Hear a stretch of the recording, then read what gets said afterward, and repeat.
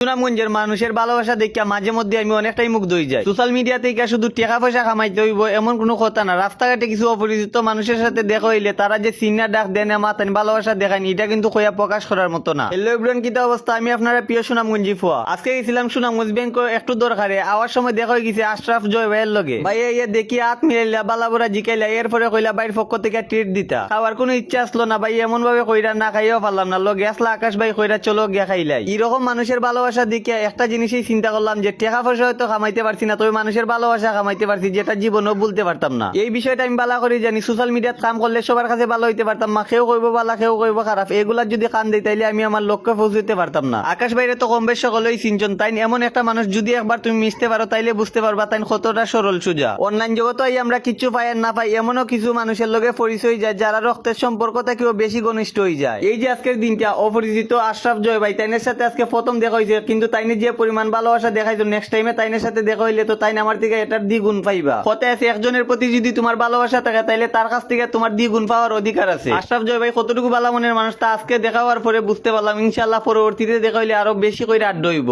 সুনামগঞ্জের ভালোবাসার মানুষেরা ভিডিওটা বেশি বেশি করে শেয়ার দিয়ে পাশে থাকবা।